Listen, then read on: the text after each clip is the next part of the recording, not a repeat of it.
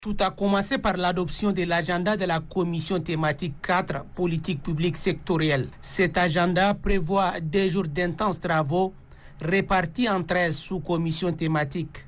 Il s'agit de la sous-commission hydraulique urbaine et rurale, la fonction publique et l'emploi, l'environnement et le développement durable, la jeunesse et sport, l'agriculture, l'éducation et les infrastructures. Au cours des travaux en groupe, les participants des différentes sous-commissions thématiques vont se pencher sur le sujet précité.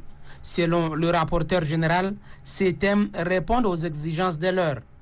Il est apparu pour notre pays, notamment en termes de politique publique sectorielle, l'impérieuse nécessité d'asseoir, d'appliquer et de respecter une politique publique sectorielle capable de combattre l'injustice dans l'affectation des ressources humaines, matérielles et immatérielles,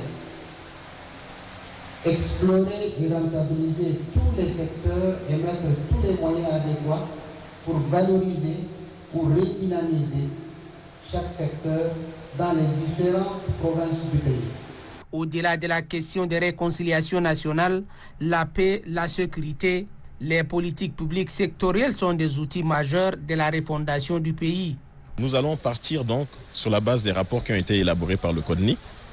Et à partir donc de ces rapports-là, les discussions serviront à observer déjà si le diagnostic a été complet ou pas et pouvoir donc dégager des recommandations et des résolutions qui seront consignées dans le rapport de notre sous-commission.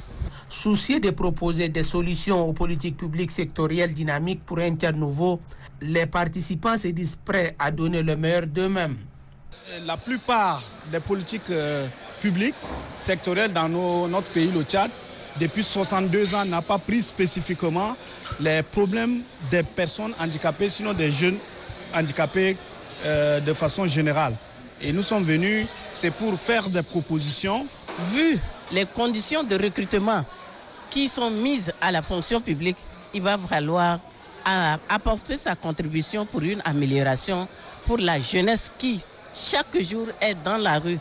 La fonction publique n'est pas pléthorique, c'est sa gestion qui est pléthorique. Pour la refondation du pays, la bonne politique publique sectorielle mérite d'être révisitée pour poser le jalon d'un Tchad prospère et tourner résolument vers le développement.